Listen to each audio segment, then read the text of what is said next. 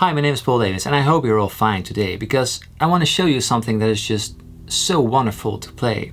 It makes your guitar sound sweet, full and lush. And the good thing, it isn't even that difficult. Wait, just let me show you real quick.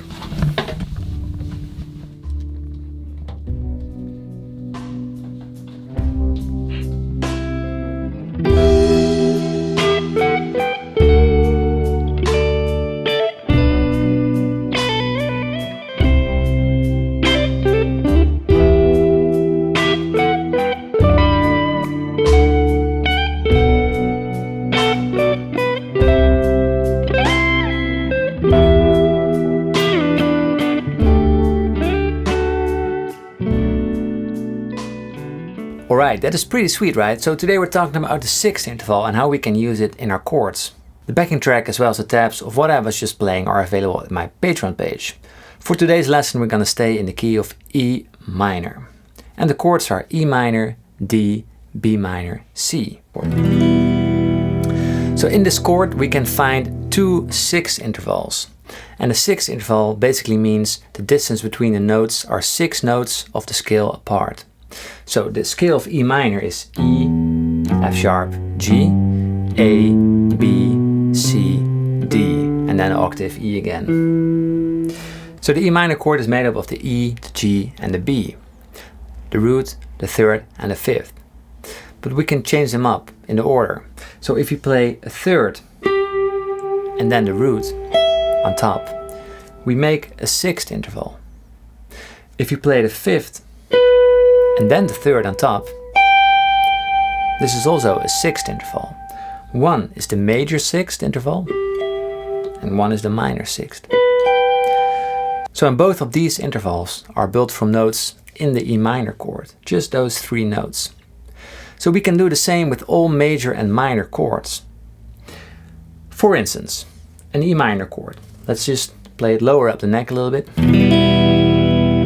So a sixth interval would be the G string open and the E string open. And the other sixth interval of the E minor chord is found over here, fret 4 and fret 3 on the high E string.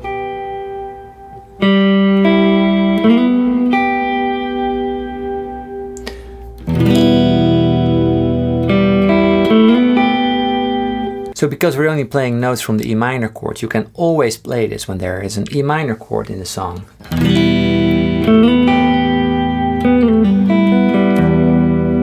Or a little bit higher up the neck.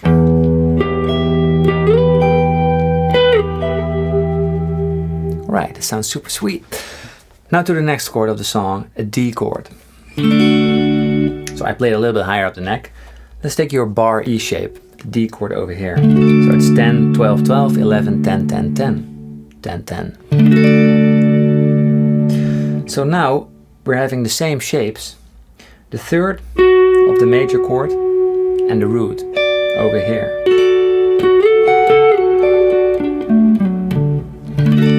So it's fret 11 on the G string and fret 10 on the E string. So note that this interval is different from the minor chord, because if this is a minor D, it would be like this. But it's a major chord, so it needs to be like this. Fret 11 and 10. And the other sixth found in the D chord is over here, fret 14 and 14. So D chord, sixth.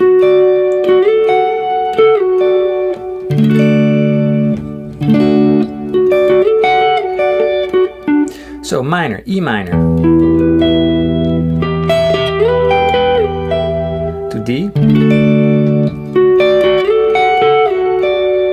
Now we go to the B minor chord. And thank God, for the B minor goes exactly the same as for the E minor chord. We just have to play it at a different point on the fretboard. So B minor, so it's 7 and 7. This is our sixth from the minor third to the root. And then we slide it up to fret 11 and 10. B minor.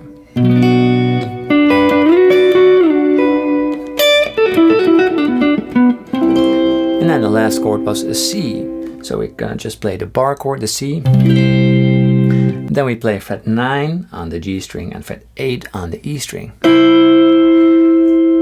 And again there's the second at fret 12 and 12 on the G and the E string. So now we learn 2 sixth intervals for each of those chords. E minor, D major, B minor, and C major. So we see there is some overlap. The last one I was playing, fret 12 and 12, are the same as the starting point from the E minor. So this are 2 notes that fit the C chord and the E minor chord. Or both proper chords. And now we can spice them up with notes from different chords as well. So if you want to play the E minor, why not throw in the one from D? Because the D chord fits the E minor key perfectly. So you can play like this, for instance. And then on D, throw in the E minor one. On E minor, throw in the one from C. And in C, throw in the D one.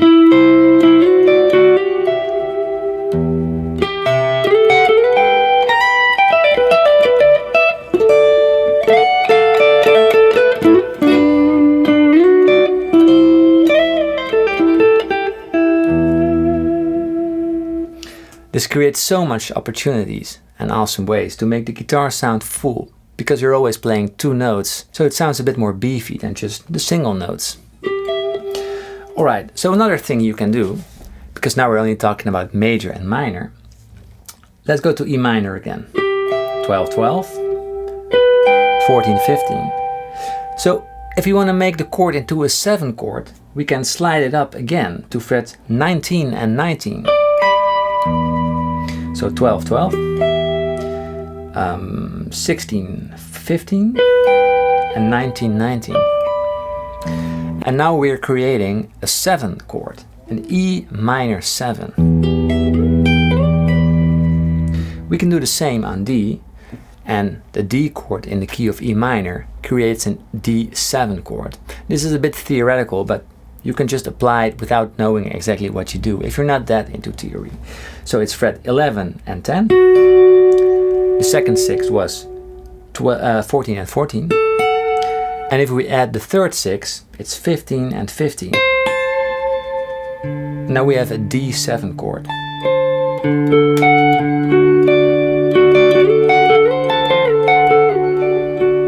So on E minor 7. On D. We can do the same on B, creating a B minor 7.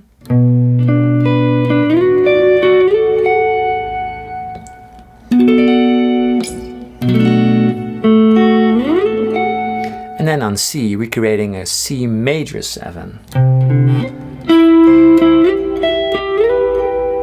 Only by playing 6 intervals.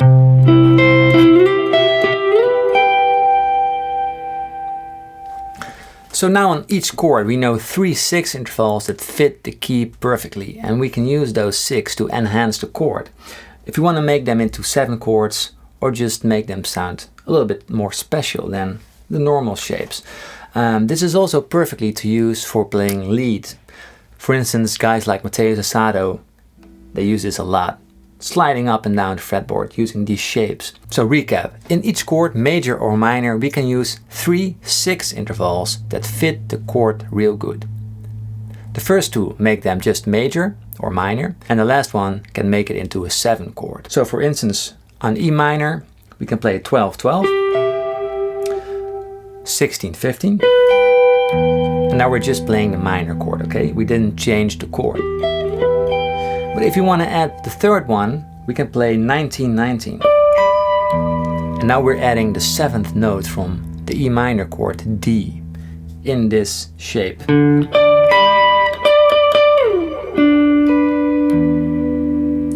Of course, you can also play them 1 octave lower.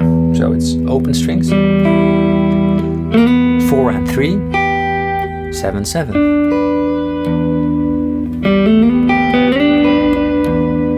And now to D, a major chord, and we're doing exactly the same.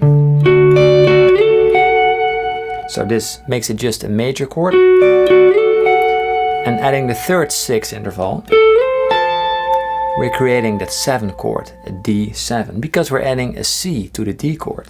This is your C.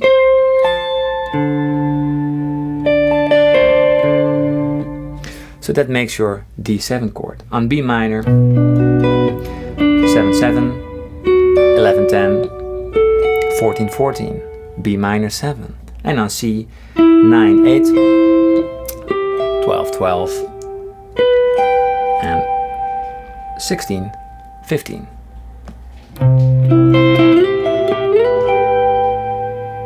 Cool. So I only show this on the G and the E string, but of course you can also play this on the D and the B string, or on any other string you like. For instance, on the C chord you can also play it like this, a 6th interval, on the D and the G string.